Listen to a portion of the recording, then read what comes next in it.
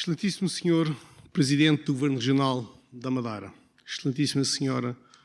Vice-Presidente da Assembleia Legislativa Regional da Madeira, Excelentíssimo Senhor Secretário Regional de Turismo e Cultura, Excelentíssimo Senhor Presidente da Câmara Municipal do Funchal, Excelentíssimos Senhores Deputados da Assembleia da República e da Assembleia Legislativa Regional, Magnífico Reitor da Universidade da Madeira, Excelentíssimos Senhores Representantes de outras ordens profissionais, demais entidades militares e civis presentes, Senhor Bastonário da Ordem dos Economistas, caros colegas economistas, estimados oradores e moderador convidados, minhas senhoras e meus senhores, sejam todos muito bem-vindos à 16ª Conferência Anual do Turismo, organizada pela Delegação Regional da Madeira da Ordem dos Economistas. Ao longo dos confinamentos determinados ao abrigo do Covid-19, foi-nos sendo transmitido por uma série de responsáveis políticos europeus e do próprio BCE, como uma espécie de tranquilizante para os tempos únicos que nos impunham, uma quantidade de maravilhas que uma futura, primeiramente denominada de forma rudimentar por Bazooka, depois sofisticadamente redenominada para Next Generation EU, iria trazer à economia europeia e, por conseguinte, às nossas vidas. Esse programa, que se substancia na prática em novos fundos, com a intenção de apoiar projetos na área da saúde, ambiente e no digital, de dimensão nunca antes vista, mais de 800 bilhões de euros, muito acima da pipa de massa, como eloquentemente foi classificado o programa 2020 pelo nosso compatriota, 12º Presidente da Comissão Europeia. Dimensão essa, dizia eu, que iria trazer à Europa mais crescimento económico e mais empregos bem remunerados através de tremendos avanços em inovação científica e tecnológica, patrocinados e orientados pelo Next Generation EU. Hoje, a meio do programa, podemos já assumir que o que se pode retirar do mesmo é o desastre e o fiasco em que substancia, pois o que se verificou na prática foram massivos movimentos de fundos para todas as economias europeias, com destaque para a Alemanha, Espanha e Itália, disfarçando os evidentes desequilíbrios nos seus produtos internos brutos, pois esses fundos são contabilizados como aumentos de receitas dos respectivos orçamentos. Mesmo assim, não evitando que parte significativa delas tenha contraído as suas economias no terceiro trimestre de 2023 e estando todas elas sob revisões em baixa para os próximos trimestres. A verdade é que, em termos de impacto nas taxas de crescimento real, no crescimento real dos postos de trabalho, em termos de inovação e mudança do setor produtivo europeu, pode-se afirmar que há zero impacto positivo do tal programa até à data. De facto, toda a recuperação económica verificada na União Europeia e na zona euro teve origens nas melhorias verificadas no setor do turismo e das exportações para fora da União Europeia, mais concretamente com a reabertura da China pós-confinamentos. Não há nenhum indicador das procuras nacionais que nos indique que estes enormes fundos do Next Generation EU tenham gerado qualquer nível de multiplicador na economia, na senda do que exatamente aconteceu com os seus antecessores, Plano Juncker e Plano de Recuperação de Emprego e Crescimento de 2009. Nunca aprendemos. Gastar mais, sem indicação centralmente planificada de para onde o dinheiro deve fluir, não gera qualquer efeito multiplicador. O tal que, como o Yeti, o abominável Homem das Neves, toda a gente fala dele, mas nunca ninguém o viu. De facto, e como refere Thomas Sowell, é difícil imaginar uma maneira mais perigosa de tomar decisões do que deixá-las nas mãos de pessoas que não pagam o preço por estar erradas. Lembremos sempre dos 3 fatores de produção necessários para poder haver lugar a crescimento económico e, com ele, melhorias generalizadas dos padrões médios de qualidade de vida, através do acesso a mais, melhores e mais baratos bens e serviços, o trabalho, o capital e os empreendedores, todos eles escassos, pelo menos no planeta em que habitamos. Ao contrário da economia de decisão centralizada, onde o crescimento económico de uns é inevitavelmente a custo do empobrecimento de muitos outros, a economia de mercado livre não é um jogo de soma zero, onde uns têm que obrigatoriamente perder para que outros ganhem. Apesar de poucas ou nenhumas vezes se ter vivenciado em pleno numa economia de mercado livre, é quando ele tem a oportunidade de ocorrer na espontaneidade das infinitas interações voluntárias entre os seres humanos que permanentemente ocorrem,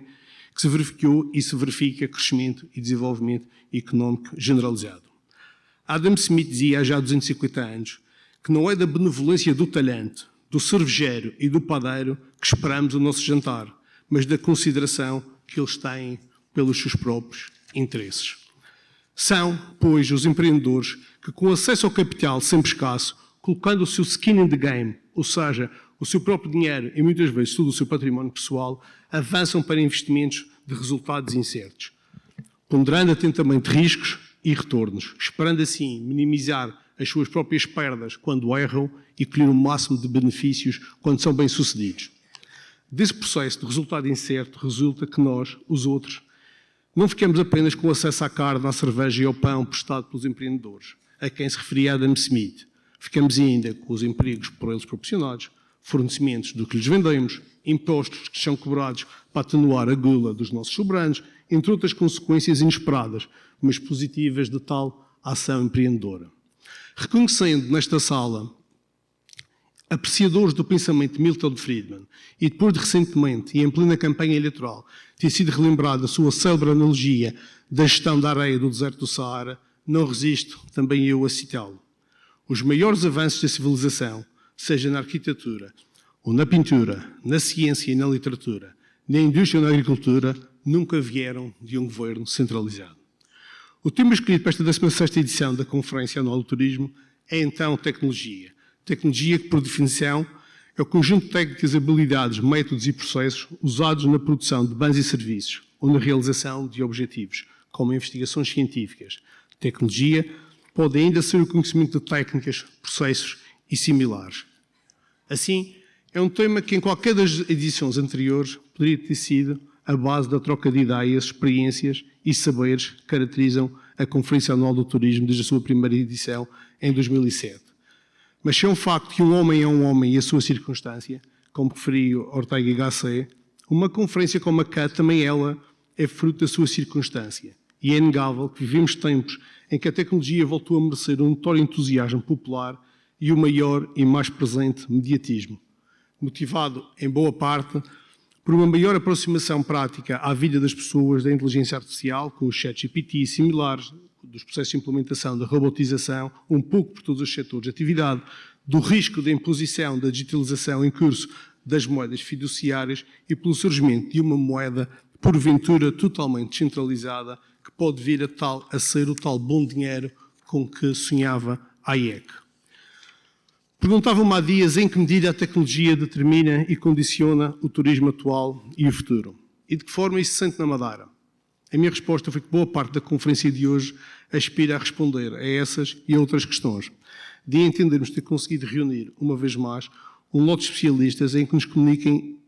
comuniquem isso mesmo, de forma livre e em vertentes práticas e ligadas ao dia-a-dia do turismo e, por conseguinte, dos madeirenses.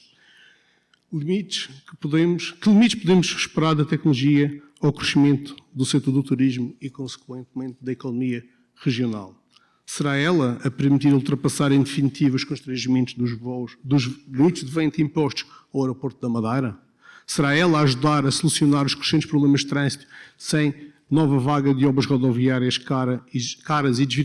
desvirtuadoras da paisagem? Permite ela que possamos degladiar comercialmente com destinos mais ricos e maiores? Será ela alternativa e ou compatível com uma indústria ligada às pessoas e ao contacto humano? O momento do turismo da Madeira é bom, é muito bom, é mesmo muito bom. E os números, subejamente conhecidos, falam por si. E a dinâmica que o sector está a conhecer é ímpar, mesmo num tão longo historial de mais de 200 anos de destino turístico internacional. Ao se atingir um ponto tão alto de sucesso como o que está a viver, torna confortável, mesmo para economistas, visões mais pessimistas e de alertas sobre riscos de potencial inversão deste ciclo historicamente virtuoso do setor da Madeira. Não o farei, pois acredito que os verdadeiros envolvidos estão conscientes dos riscos e das oportunidades que lhes estão a ser apresentadas e estão a maximizar o aproveitamento do momento, confiando nas suas capacidades futuras para resolver os desafios quando os mesmos surgirem, pois excesso de passado é depressão, ansiedade é excesso de futuro. Esta 16ª Conferência Anual do Turismo ficará ainda marcada pela oportunidade que teremos esta manhã de homenagear o novo membro honorário da Ordem dos Economistas, o Dr. Dionísio Pestana, que, por mérito próprio e uma vida de empreendedorismo, fez por merecer de forma inquestionável a honra desta Ordem em o receber como membro. E porque a poupança e a eficiência são fundamentais para se poder acumular capital e com isso aspirar a ter ganhos de produtividade, tenho que dar por terminada esta minha intervenção. Mas antes de o fazer, não podia deixar de agradecer a presença e disponibilidade para a participação dos senhores presidentes do Governo Regional da Madeira e do senhor Secretário Regional do Turismo. Sempre bem-vindos a esta conferência que tão bem conhecem.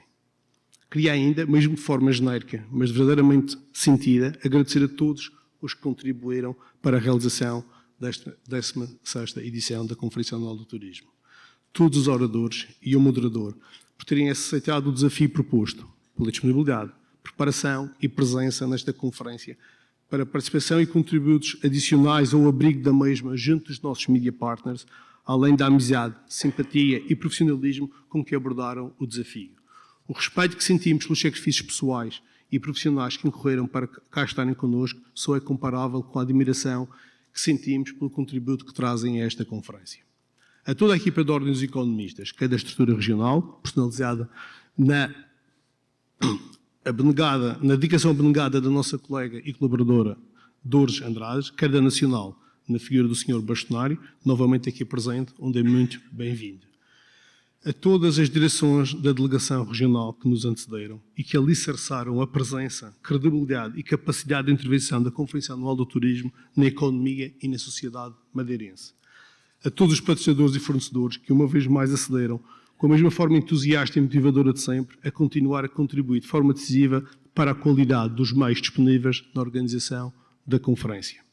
Aos órgãos de comunicação social, nossos media partners, os verdadeiros parceiros, com genuíno interesse em cobrir e divulgar entusiasticamente este evento e os seus conteúdos nos vários meios ao seu dispor, dedicando-lhes protagonismo, recursos e os imprescindíveis contributos críticos. Os colegas membros da Ordem dos Economistas e, naturalmente, a vós, conferencistas, quer os presenciais, quer os ouvintes na rádio e no online, para quem desde o primeiro instante se orienta toda esta organização, juntamente com toda a comunidade, poderá usufruir livremente de todo o conteúdo gerado antes, durante e depois do evento, oportunamente atualizado no nosso site, no nosso canal de YouTube e nas páginas de redes sociais da Delegação Regional da Madeira de Ordem dos Economistas. Deixando-nos então boa companhia, desejo-vos uma ótima manhã, com experiências enriquecedoras e uma memorável 16ª edição da Conferência Anual do Turismo. Muito obrigado a todos.